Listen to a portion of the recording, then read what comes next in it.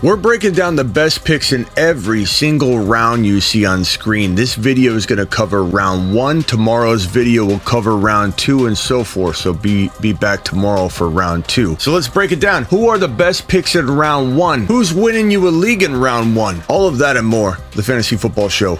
Yeah, it begins right now. This is the Fantasy Football Show with your host, Smitty.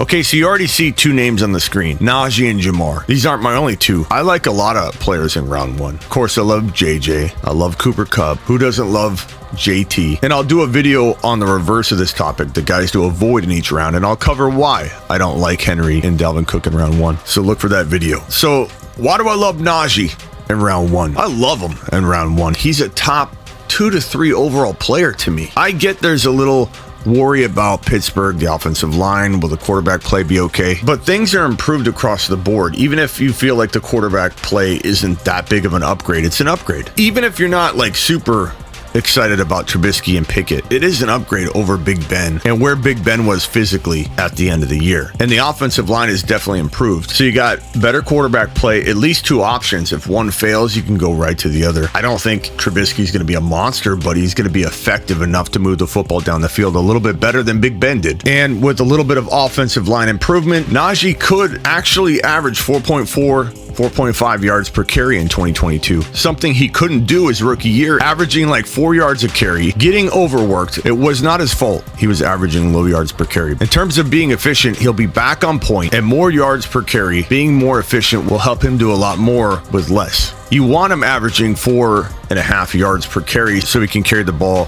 a less amount of times for the same, if not more yardage. He'll be in the red zone probably more. I don't know if he'll catch more passes, but maybe he can do the same PPR work and damage and get similar rushing yards on lower carries, lower volume, but maybe score more touchdowns. So I'm thinking more of a repeat of last year. 400 receiving yards, 1,350 to 1,400 on the ground. It's like 1,800 total yards minimum if he's healthy for 16 games and has a little bit more, just a little bit more blocking and quarterback efficiency, which he should between the two quarterbacks. They'll bench Trubisky if he's not the real deal meaning effective, and they'll go to Pickett. So there's 2 options. I'm very confident that they have 2 options, and one of them will be efficient, more efficient than Big Ben. So repeating rushing and receiving for the most part, higher yards per carry, lower amount of carries, less of a chance of getting hurt that way, more touchdowns. Bigger year than last year because of the touchdowns. Give me a top 2 to 5 running back season out of Najee Harris. And the great part is he's going well past the middle of round 1. I see him fall to 8, 9, 10 all of the time right now. I don't know why. And we'll move JaMarr out of the way while we continue to talk about Najee. Absolute steal. Anywhere in the second half of round 1. Smitty, you can't call a first rounder a steal. I most certainly can. Top 2 to 5 overall player. Going in 7 to 10 right now. One of the best top 15 values right now in fantasy football. Take advantage. Buy into the fact that he's going to have a better offensive line and at least the same, if not marginally better quarterback play. To me, that means he's going to do better than he did last year. And yeah, he got overworked, but I'm not too worried about that 1 year in. Maybe this is not good for longevity 4 or 5 years down the road that he's getting overfed. Agreed. But we're talking about him entering year 2. Not worried about year 2 because of being overworked in year 1. He'll be fine in my opinion. He's a monster, and I want him in every league where I can get him, 6 to 10. Absolute steal. You've just been Smitty approved. This next guy, same thing. Everything I just said about Najee, you can apply to JaMarr Chase in their different positions, but this guy's going in the 7, 8, 9 overall territory sometimes. And to me, you know where he belongs to me? Number 2, number 3, or number 4. And you can at me all you want, but JaMarr Chase, coming out of a rookie year, dropped the best rookie season we've ever seen for fantasy football wide receivers. And he's on one of the most potent offenses in the NFL with one of the best quarterbacks in the NFL. A guy that can finish number 1 in fantasy football quarterback scoring. A guy that actually could finish number 1 overall in all of fantasy scoring in Joe Burrow. This rapport was amazing out the gate. JaMarr Chase was inconsistent, and that tells me a lot of positive things. I actually like that JaMarr Chase went dormant for a big string of games and then blew up later in the year. If you can can drop fire as a rookie being inconsistent and be as good as he was, imagine when he's not inconsistent. And people that draw conclusions about a player in their first year or whatever early on in their career and they say, oh, they're inconsistent. Imagine if they get better. Like, to actually try and act like a player is not going to improve and to define his consistency coming out of year one,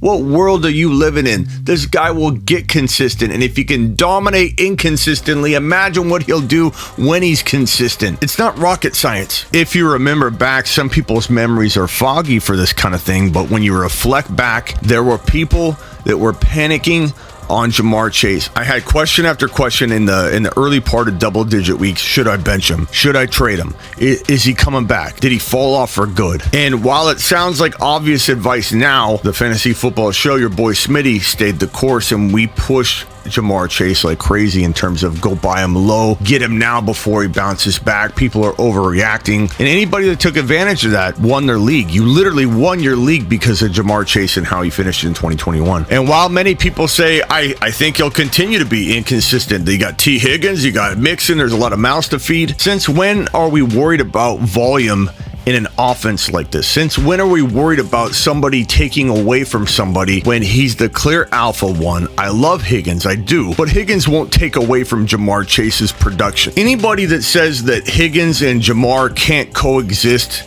and that they'll like rotate to the point where Chase can only be like 5 or 6 for wide receivers, anybody that says that doesn't account for that. Burrow's gonna get better.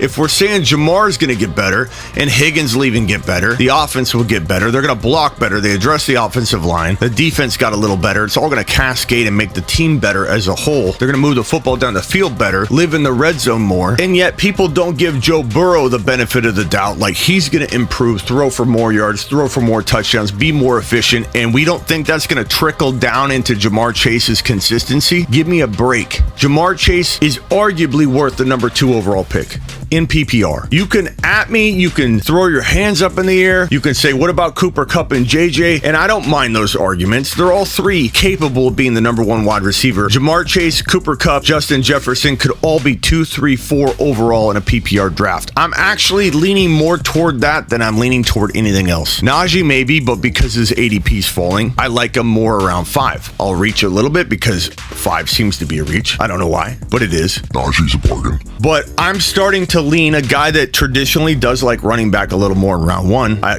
kind of always have, but I always go best player available, and best player available this year after JT's off the board in PPR redraft is JaMarr Chase, Justin Jefferson, and Cooper Kupp. At me all you want. If you get JaMarr anywhere past number 6, which is exactly what I said with Najee, you're getting an absolute steal. 6 to 10, smash it. Both JaMarr and Najee are 2 of the best picks in fantasy football 2022 in round 1.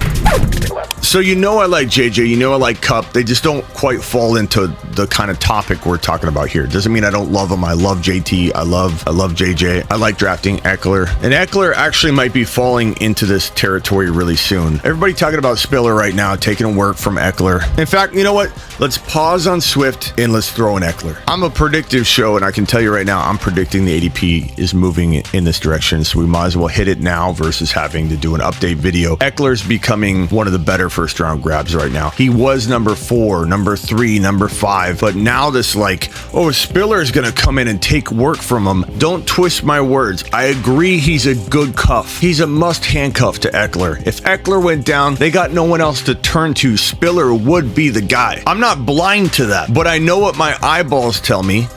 And he's not good enough to take away from Eckler. Do they want to run him? Do they want 2 backs? Of course they want to keep Eckler healthy. But there's a big difference between the team wanting Spiller to spell him and keep Eckler fresh and taking away from him, limiting Eckler. He's not going to limit Eckler. This is a pedestrian college running back that by my eyeball test came in very overvalued into the combine. He comes into the combine and drops a dud. One of the worst running backs in every category. He was good in college, but his metrics, the numbers, everything, the data, it all shows that he's slower than the average running back. In fact, he was no better than any of his counterparts on his own team. When you look at efficiency on the team versus the type of defensive coverage he was looking at, he was no better. He was no better. In some cases, he was the same or worse than some of the players coming in similar situations, not just like a change of pace or like run. He was no better. He was no better than his counterparts. He was not overly efficient. He was not overly quick. He was mediocre.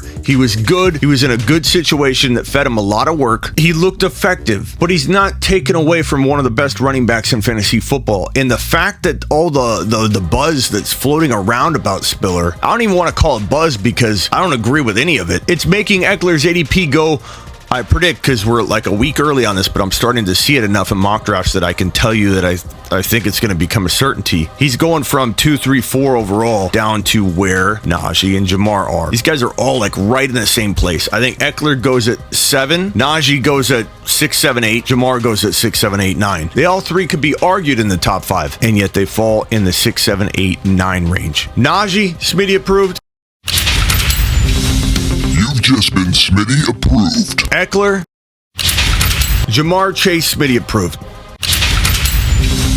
You've just been Smitty approved.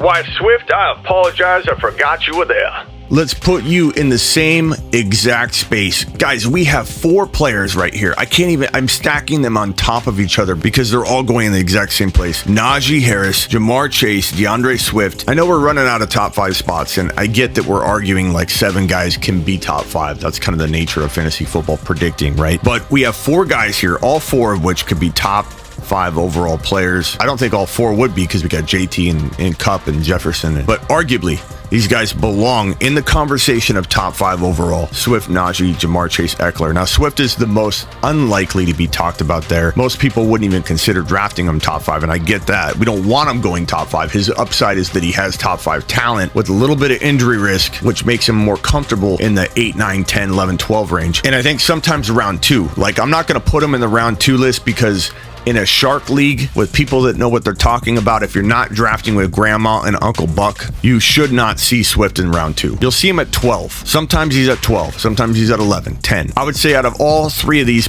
players right here, Eckler, Najee, JaMarr, he will on average go below all 3 of them, and for good reason. The injury risk, and he's still got a lot to prove, and we don't know what Goff's going to do with this offense if he can move the football down the field effectively. The Lions are loaded with talent, so I'm pretty confident in Swift and the offense. St. Brown, I kind of like the Lions a lot as an underdog sleeping giant team, but Goff can only let them go so far. So once they get a new quarterback a year from now, lights out. The Lions are going to turn things around really quickly. Everything's kind of in place but the quarterback spot. But Swift is going to ball out even if the team plays from behind. Even if Swift is not running the football, he catches the football. If he's not catching the football, he can run the football. He can literally be like a 800 and 800 or a 900 and 800 type player. He doesn't even need to run for 1,000 yards or much over 1K to be a 1,600 total yard player. He could be 10 to 12 touchdowns and 1,600 total yards and not be a 1,000-yard rusher. This is one of those guys. This is Alvin Kamara type production. It's a workhorse where people try and pretend it's not a workhorse because it's a lot of receiving work. Workhorse is workhorse to me. I don't care if it's between the tackles or out wide. He's a workhorse.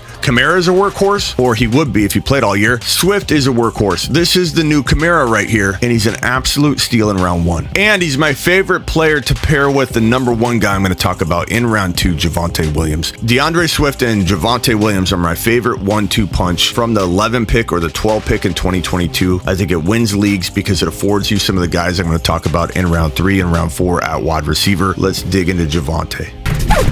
Round 2 premieres tomorrow, so make sure you have your notifications on. Subscribe if you're new. Hit the thumb up button on your way out the door and get on over to thefantasyfootballshow.com and get your one-on-one text advice, text on demand with your boy Smitty.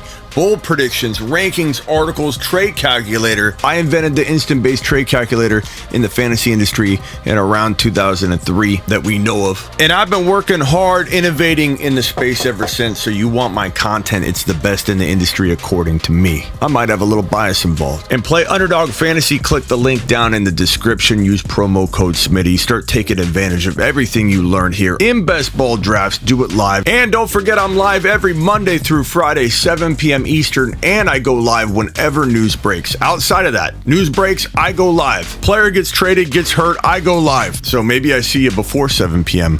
tomorrow. Actually, you will for the premiere of round 2. Maybe you see me 3 times tomorrow. Now get out of here. This is the Fantasy Football Show with your host, Smitty.